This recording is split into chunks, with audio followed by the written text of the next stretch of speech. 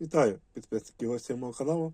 Сьогодні хочу з вами поділитися, як я зберігаю осмії до весни, для того, щоб вони не прокинулися зараз, особливо при таких коливаннях температури, коли на вулиці в моєму регіоні плюс 12, плюс 15, а вночі мінус 5, то я зробив такий, як кажуть, імпровізований їхнє місце спячки. Вони у мене всю зиму були в цьому невеличкому сараю в тумбочці, так і зберігалися в картонних коробочках.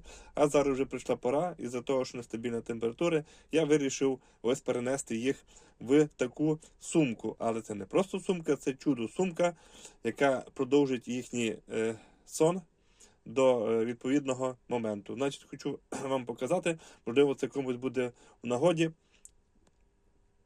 Можете собі взяти на заміточку. Значить, що ми маємо? Маємо тут холодильник. В цьому холодильнику, я думаю, вже ви його зустрічали раніше, в цьому холодильнику я зберігаю вино. Точніше, коли виготовляю вино, то я ці холодильники використовую для холодної мацерації. І це основна роль цього була холодильника. А зараз вже ще одна роль цього холодильника – це та, що вони будуть мені підтримувати плюсову температуру, десь плюс 1, плюс 2 градуси. Хоча поки що, так як на вулиці мінус, то холодильник практично не працює, але все одно в холодильнику зараз показує в мене, зараз подивлюся, я тут поклав датчик, то ось яка температура.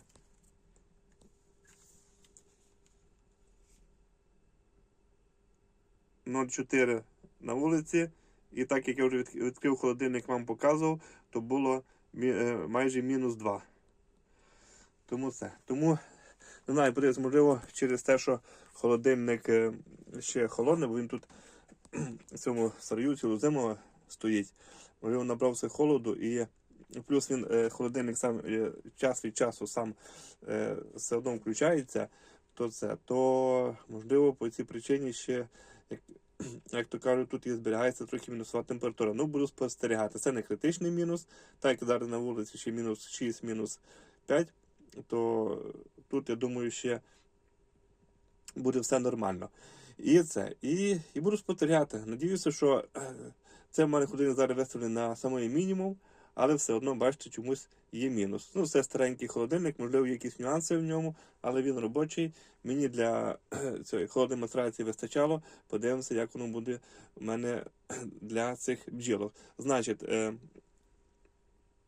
буду спостерігати одним словом, надіюся, що все буде добре з цим холодильником. І зараз далі я покажу, це не просто сумка, а там ще є декілька таких моментів, за допомогою яких я собі планую, щоб була стабільна температура. Раніше ця сумка стояла збоку цього холодильника тут в сараю, а зараз вже із-за того, що вже в самому сараю температура піднімається, то переніс її в холодильник. От що я хочу вам основне зараз ще показати. Вибачайте, тут світла немає, тому я показую вам з фонариком. Значить, однією рукою незручно трішки, але все одно вирішив з вами поділитися, бо це зараз актуально буде, і я думаю, комусь це буде в нагоді. Мені, як то кажуть, не шкода поділитися таким моментом, аби було добре і пригодилося інше. Значить, дивіться, це сумочка, така чудова, мені дружина дала в оренду, і який в неї основна функція. Так, однією руку незручно, вибачайте, але хочеться з вами поділити.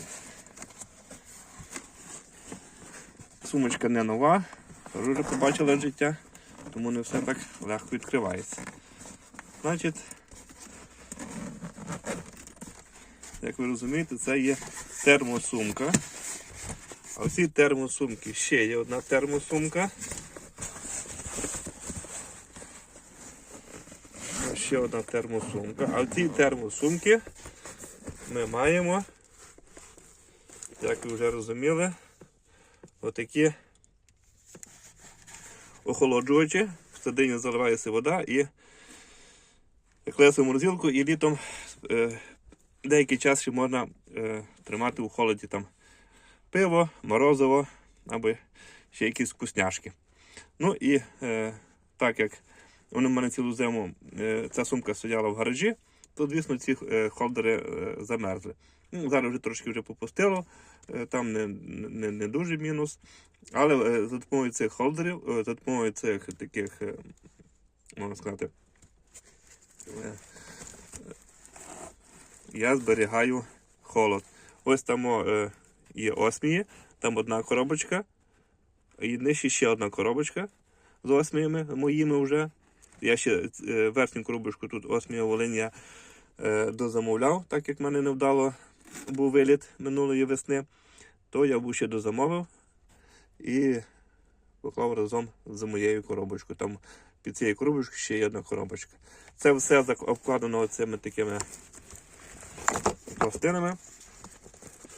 І надіюся, що оцей такий мій метод дасть стабільну температуру. Буде тут холод і вони не прокинуться передчасно, бо читав, що у людей вже при температурі плюс 5 в холодильнику починають вони просинатися, що не є дуже добре, так як ще зараз взагалі нема нічого не цвіте. Тому ось таким вирішеним таким методом. Надіюся, все прийде гладко. Як то кажуть, обов'язково вам покажу. Надіюся, знову ж, що не буде таких нюансів, як в минулому сезоні. Тому буду вам вдячний за коментарі, за лайки. Підписуйтесь, за що я буду дуже-дуже вдячний. У мене мета дійти до 1000, а там вже, як кажуть, карта ляже. Тому підписуйтесь, за що я буду дуже-дуже вдячний. А я буду і надалі з вами ділитися своїм досвідом, своїми якимись спостереженнями. Буду розказувати, показувати. Попереду ще сезон.